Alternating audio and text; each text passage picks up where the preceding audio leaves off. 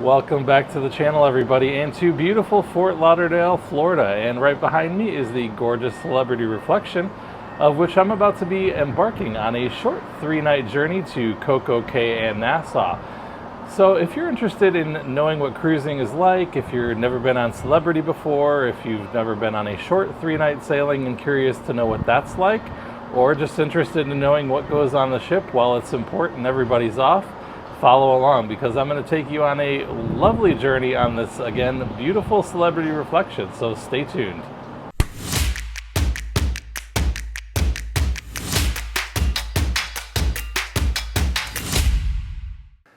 As you just saw from the video behind me, a beautiful view of Port Everglades. Just a heads up, this view is courtesy of my stay at the Hilton Marina, Fort Lauderdale. This is a great property very close to the port with great views on all sides.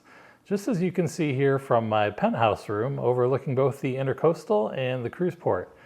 This hotel is only about a 10-minute ride both from the airport and a few minutes less to the port itself. Upon arriving to Terminal 25 at Port Everglades just after 10 a.m., I was through security and seated within 5 minutes.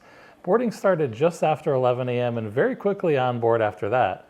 As a reminder on Celebrity, your key card is just outside your stateroom door, so make sure to go right to your stateroom and drop your belongings off and go and explore or, well, have lunch.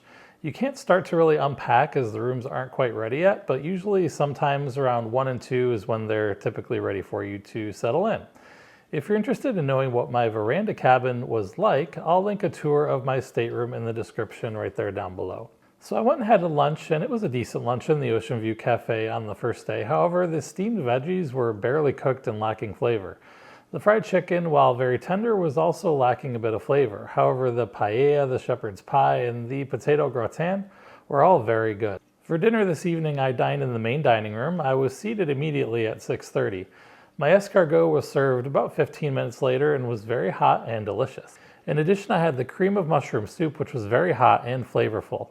Following the starters, I opted for the prime rib and spaghetti bolognese. While the spaghetti had good flavor, it was a bit overcooked and lacking a bit of sauce. The prime rib, however, was excellent, tender and perfectly cooked with a lot of flavor. Unfortunately, I missed the show this evening, so can't really comment. However, I was able to catch a glimpse of the rehearsal earlier in the day, which proved to be very promising. So don't miss Broken Strings if you can help it.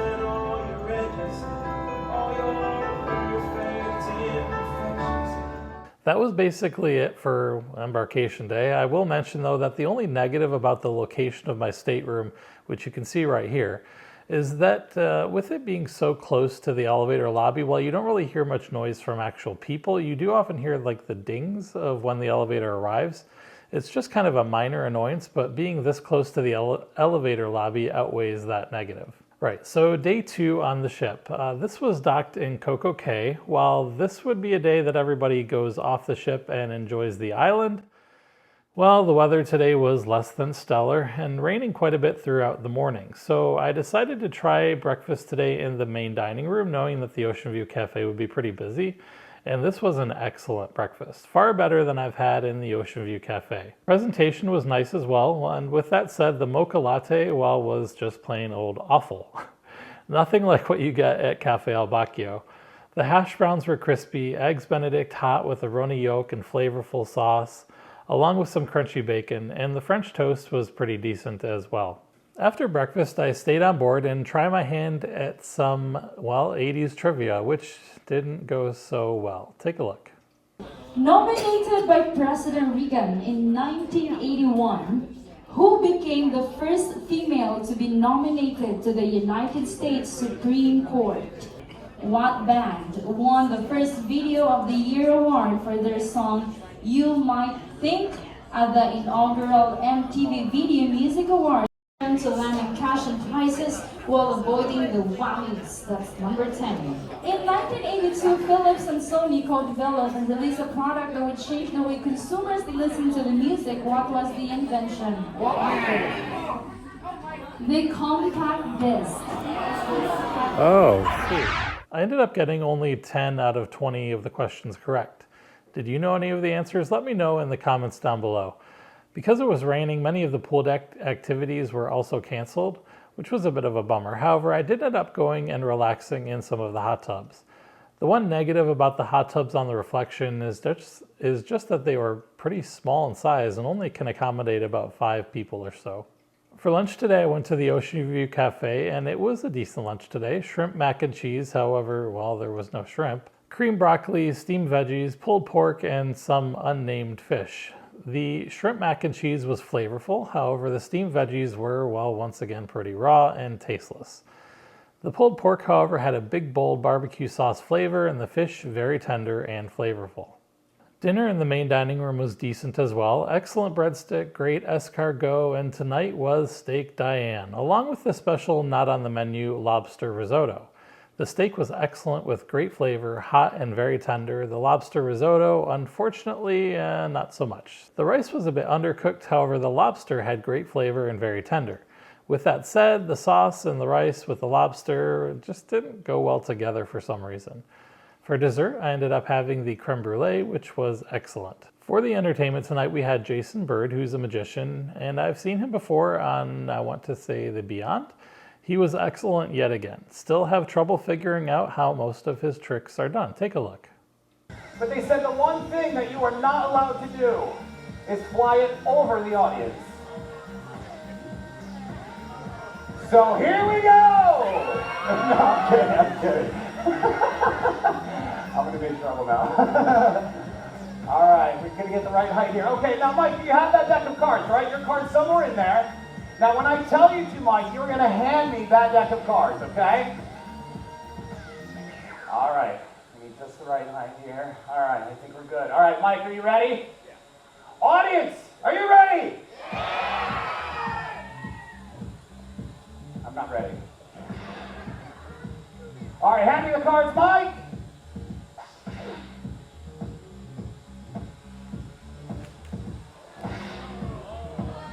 Mike, look at that! There is one single card stamped on the bottom of that throne. Mike, I want you to reach up there and grab it. Do not do that. Oh my God. He was going to do it. Did you see that? Now, hold on a second. That could not be your 5 of hearts with your signature on it, is it? It is! The 5 of hearts! All right, real quick, guys. If you enjoy this content, please consider hitting that like button right there down below, along with subscribing with the notification bell on. Not only does this help my channel, but it also helps to keep you notified each and every time that I put out new content. Right, on day 3, the ship was docked in Nassau. I did stay on board here and did a few activities on the ship, which was pretty fun. I started with the 90s trivia as I am a 90s kid, and with that said, I did not fare well. Only getting about 7 of 20 questions right, so here's some of the questions. Getting its name from the Japanese words for egg and watch. What digital pet became an instant hit when it was first released in 1996?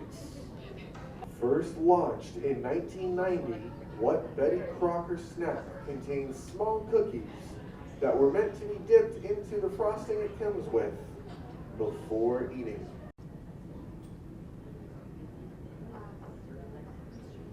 Who won the Masters Golf Tournament in 1997 at the age of 21, making him the youngest ever winner of the tournament? Did you get any of them right? Again, leave a comment right there down below.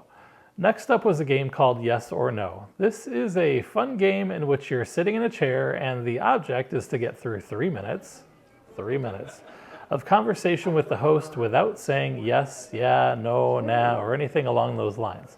Here's a look at when I played this aboard the Ascent and how I did. Yes. All right, welcome to the show, sir. Thank you. Thank you very much. Okay, very nice. Right, mic check 1, 2, 3. Mic check 1, 2, 3. Okay, so, sir, your time begins on 3, 2, 1. Is that your camera over there? I hope so. Wow, so very good. Do you get it right angle? Sure. Yeah, let me just Wave. So you're a blogger? A what? A blogger? I wouldn't agree with that. Oh, so this is just like a hobby? Well, you would call it a vlog, not a blog. Oh. Vlog is writing. Sorry. It's a video. Yeah. That's all. It's okay. Sorry. It's That's what okay. happens. That's what happens when you speak 6 different languages. I forgive you. I'm joking. I wish. I actually speak 3 languages. You know that? I did not know that. I do. I speak English, Spanish, and Spanglish. That's awesome. Where are you from again? In Providence? Charleston, South Carolina. Oh, I thought it was North Carolina. South Carolina. But it's close by. It's gotta be like. Right next door. Oh, they're like next to each other. That would be correct. How is it there though? I hear the weather is pretty cool there. Like, do you snow? A few years ago it did. But not this year? Hopefully not. Not that I'm aware of anyway. Oh, okay. Well, that's all right. Well, everybody's like, yeah, we're not moved to South Carolina. And then what do you do there? So you're not a vlogger. What is it that you do? We're not vlogging. Vlogging, correct, yeah. Yeah. Say yeah. I said yeah. It's kind of a lot more difficult than it looks, but it's really in all how hard the host presses you. Next up was a game called Celebrity Head Games, and I'm terrible at celebrity names, so I did not play this one. But take a look here at how this game works. Tesla founder. Tesla. SpaceX. He's American Idol judge. the mean one. The mean one. America's Got Talent. I don't know their name. Something says. Simon Cowell. There you go. Needless to say, a lot of fun. Today I had lunch in the Ocean View Cafe, which was excellent, and today was the braised beef short rib goulash, which was amazing. We had some awesome Asian glazed chicken and some shrimp cocktail. Everything here was really good, super tasty, tender, and great flavor overall. Tonight, I decided to splurge and go to Murano for dinner. This is the best restaurant on the Solstice class of ships, in my opinion. It's a French-inspired dining option, and I started with the Seafood Tower amuse-bouche, is what they called it. This was such an awesome little bite and a burst of flavor with a touch of dill. Next up was the scallop Wellington with great flavor, super tender scallop wrapped in a mushroom duxelle and puff pastry. Piping hot, fresh tasting, and really a good combination of flavors. I next tried the mushroom risotto, which was just okay. It was kind of a bit soupy, not much flavor, and the rice was a bit undercooked. The lobster, which is made tableside, was absolutely phenomenal. Very tender, sweet, with a very flavorful sauce and a hint of bacon. In addition, I had the Chateaubriand, which is meant for 2, but they did allow me to have it anyhow without any questions being asked. It came with a great béarnaise sauce, and for dessert, I tried the Grand Marnier bread pudding, which was awesome. So hot, flavorful, not overly sweet, but a nice creamy sauce. You can never go wrong with having dinner in Murano. It's not only amazing food, but genuinely an overall amazing experience. Hey guys, real quick, I want to tell you about this product that I've been using for about 2 years now on every single cruise, and it is accepted on all of the cruise lines. It is an Anker Power Cube, and you can see the box right here. It's very small. This is the product. It's basically a power cube. You've got the bottom here on this side, and then on the top, you've got these 3 fast USB chargers. You've got 2 USB-A's and 1 USB-C right here in the middle. And then on all sides, you've got the regular 3-prong outlets. So you can basically plug in anything that you want. It's very easy to use, very convenient, very simple, and it works really, really well. I'm not sponsored by Anker. I will put a link down in the description below of how to get this product. It's got 1.5 meters of cable, which is very nicely wound up here with a Velcro latch. And then it's got the 3-prong plug that goes into the power socket inside your stateroom or cabin. So again, you know, a lot of cabins don't have a lot of power outlets, so this just helps to expand your power capabilities inside your cabin. And again, I'll put that right down there below in the description. Finally, the entertainment tonight was Broadway Cabaret. While this isn't much of a quote-unquote production show with a big set and whatnot, it's more of a plethora of Broadway and West End songs. Some more popular than others, but great singing, dancing, and aerial work nonetheless. My favorite songs from this show are from Les Mis. Take a look.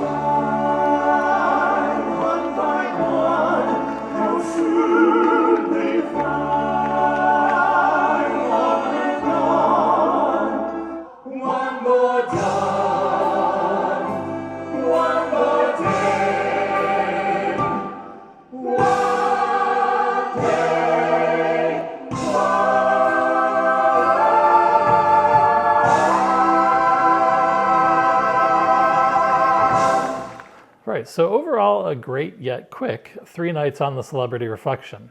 These shorter sailings are often touted as booze cruise, which tend to bring in a slightly younger crowd, more of a party style atmosphere, and a lot more drinking.